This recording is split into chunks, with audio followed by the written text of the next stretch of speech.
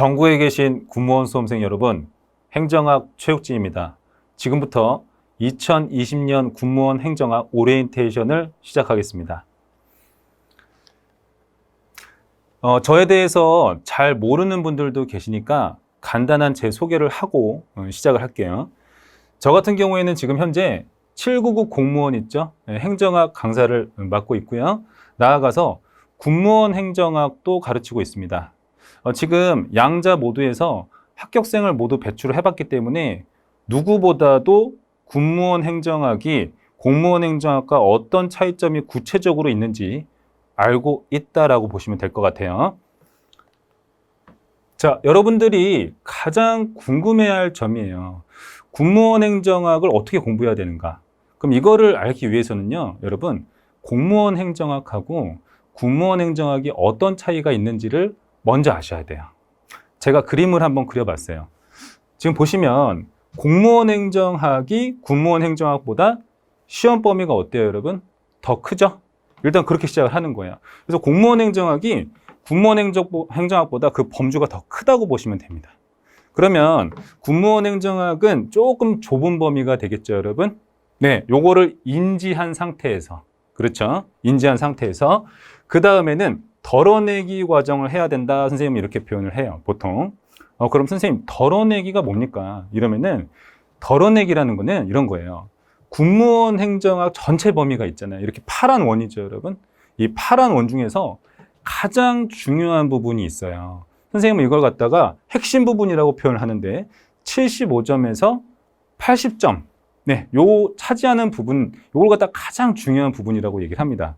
이거를 빨리 익히는 거, 이걸 갖다가 덜어내기 과정이다 이렇게 얘기를 하는 거예요. 그럼 덜어내는 과정은 언제 하는 거냐면은 기본 이론 시간 때 제가 해드리는 거예요.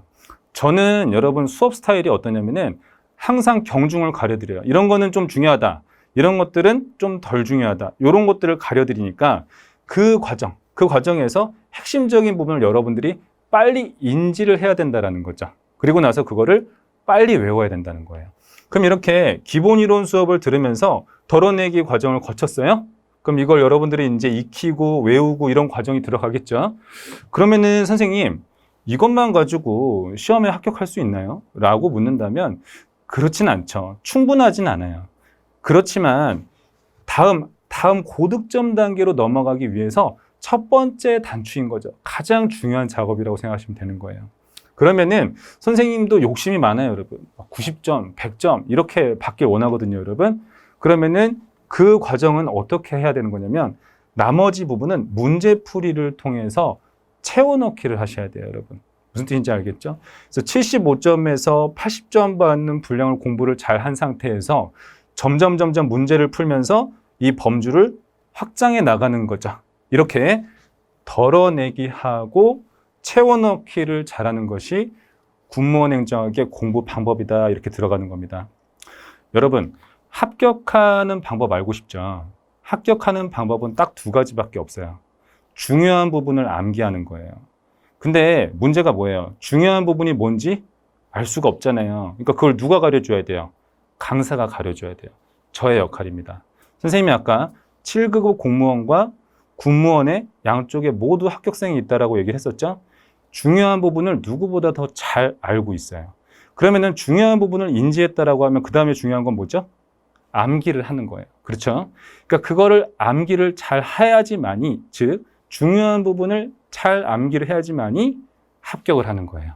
아시겠죠? 따라서 강사와 학생들의 협업이 너무너무 중요한 거예요. 여러분들 저한테 이제 배워서 합격한 친구들이 있거든요. 그 친구들의 발자취를 한번 들여다보는 건 중요해요. 왜냐하면 선배들은 어떻게 공부했었나? 이걸 알면 좋잖아요. 그렇죠? 한번 보도록 할게요. 2019년, 여러분 올해죠? 예, 올해 공무원에 합격한 친구예요. 국방부 일반행정직렬입니다. 여러분 그 국방부에 들어가는 게 얼마나 힘든지 여러분들이 누구보다 잘 아시죠? 작년서부터 저랑 같이 공부를 해가지고 올해 국방부 일반행정직렬에 당당히 붙은 친구예요. 여러분 수험 기간이 얼마죠? 5개월이에요, 5개월. 5, 6개월이면 여러분 충분해요. 그리고 점수가 몇 점이었냐면 92점이었어요, 여러분. 92점이라는 점수는 여러분 2개를 틀렸다는 뜻이에요. 사실 선생님은 저거보다 조금 더 잘했으면 했어요. 선생님 욕심은. 네, 그런데 92점을 받고도 붙을 수는 있어요. 아시겠죠? 자, 그 다음에 국방부 일반행정직렬. 네, 이 친구가 되겠습니다. 처음 봤던 때가 아직도 생생해요. 그리고 수업 듣던 때도 그렇고요. 자, 이 친구의 얘기를 제가 좀 줄여서 표현을 했습니다. 여러분, 공간이 한정적이니까. 전공이 이과 계열이던 친구예요. 그랬는데 행정학을 그래서 전혀 모르는 상태에서 시작을 했었고, 나아가서 조금 많은 행정의 범위에 놀랐다고 하죠, 여러분. 선생님이 국무원 행정학인 걸 고려해서 시험 범위를 줄여주고 압축적으로 수업을 하더라도 처음 배우는 친구 입장에서는 조금 당황한 거죠. 생각보다 많네. 이럴 수 있다는 겁니다. 제가 가르쳐 준 걸 여러 번 반복을 했는데 이 4번째 패러그래프가 아주 핵심적이에요. 잘 보시면 선생님이 수업할 때 판서를 좀 해요. 대개 PPT 가지고 수업을 하는데 그 과정에서 보완적인 판서를 할 때도 있어요. 그래서 제가 이렇게 판서해 준 내용을 다 노트에 적은 거죠. 그렇죠, 여러분? 그런 다음에 그걸 어떻게 했다? 자기가 독서실에서 복습하면서 다시 한번 적었다라는 거죠. 무슨 뜻인지 알겠죠? 이런 식으로 공부를 했다라는 걸 참고하라는 뜻이에요. 여러분들도 그게 중요한 얘기잖아요. 그렇죠?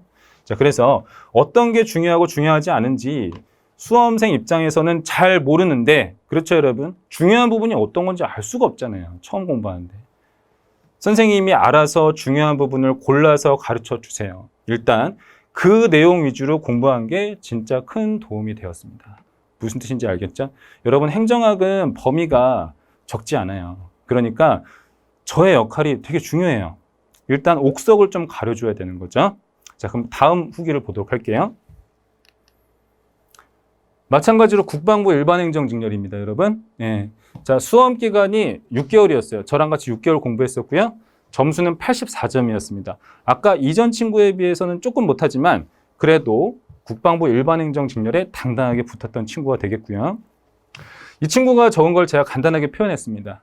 내가 합격한 가장 큰 이유는 중요한 것 위주로 압축되어 있는 강의다, 이렇게 얘기를 하는 거죠. 똑같은 느낌이죠, 여러분. 경중을 가려준다는 뜻이에요.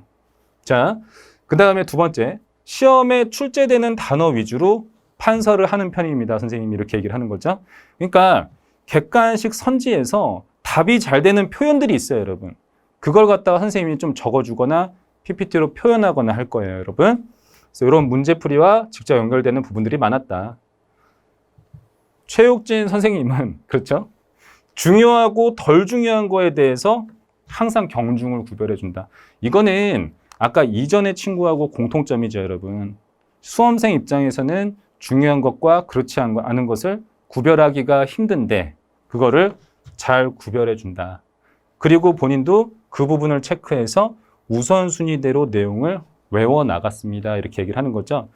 선생님이 아까 맨 처음에 뭐라 그랬어요? 공부 방법이 뭐다? 덜어내기하고 채워넣기, 이렇게 표현했었죠. 일단은 중요한 부분을 빨리 덜어내셔야 돼요. 그 다음에 그거를 정확하게 익혀나가면서 부수적인 것들은 문제를 풀면서 점차 고득점을 향해서 나아가는 프로세스를 거치면 되는 거죠. 그게 다 합격자들의 공통적인 과정이었습니다. 아시겠죠? 자, 그러면은 우리가 이제 뭘 알아야 되는 거냐면은 선생님, 행정학이라는 걸 저는 아예 처음 접하는데 지금 보는 친구들은 그럴 공산이 되게 크고 행정학의 구체적인 목차 그리고 어떤 출제 빈도 이런 것들이 어떻게 되는지 좀 알려주세요, 이럴 수가 있어요. 제가 이 그림을 한번 준비를 해봤는데 뭐 공부하자는 뜻이 아니에요, 여러분. 제가 간략하게 할게요. 우리는 정부의 활동에 대해서 배우는 게 행정학이에요. 그래서 정부라는 건 여러분 하나의 조직이잖아요, 어찌됐건. 조직이라는 거는 그 안에 사람도 있고 일도 있고 그들이 목표도 가지고 있고 이런 거거든요. 정부라는 건 하나의 조직이에요. 따라서 조직 관리에 대한 지식도 조금 배워요, 행정학에서는. 그리고 이 정부라는 조직이 운영이 되려면 사람이 필요하잖아요. 그러니까 사람 관리에 대한 지식도 좀 배워요. 이걸 갖다가 인사행정이다, 이렇게 표현해요. 나아가서 돈 관리도 좀 잘해야 되거든요, 여러분. 그렇죠? 돈을 막 펑펑 쓰면 안 되겠죠? 그러니까 돈 관리를 배우는데 이걸 갖다가 재무행정이다, 이렇게 들어가요. 그리고 정부가 다양한 친구들과 협동해가지고 정책 만들어낸다 이렇게 얘기를 해요. 그래서 이 정책이라는 게 중요해, 행정학에서는. 그러다 보니까 정책에 대해서 다루는 학문인 정책학도 배우게 돼요. 그리고 우리 지방정부라고 제가 적어놨는데 정부의 어떤 중앙정부의 어떤 비견을 해서 지방에서 따로 떨어져 있는 정부라고 하는 거죠. 근데 우리나라에서는 지자체라고 보통 표현하잖아요. 뭐 서울특별시, 경기도 이런 거 얘기하는 거죠, 여러분. 그래서 그 친구들도 중요하니까 지방자치론이라는 것도 같이 배워요. 그 다음에 행정환류론이라고 하는 건데 요거는 조금 부수적인 내용들인데 행정은 결국 공익 달성을 위함인데 이 공익 달성을 제대로 못할 시에는 조금 고치는 과정이 필요하거든요. 그런 부분에 대해서 다루는 행정환류라는 것도 배우긴 한다. 이렇게 가는 거예요. 이거를 제가 텍스트로 다시 정리를 해볼게요. 자, 보면 결국 행정학의 목차, 여러분들이 저하고 같이 수업을 하면서 혹은 수강하면서 배워야 될 부분은 크게 봤을 때 이렇게 두 가지라는 거예요. 제가 아까 여기 강론 얘기를 먼저 할게요, 여러분. 정책에 대해서 배운다 했죠? 정책학. 조직관리에 대해서 배운다 했죠? 조직론. 사람관리, 인사행정. 재무행정, 돈관리. 그렇죠? 행정완류, 뭔가 피드백하는 과정.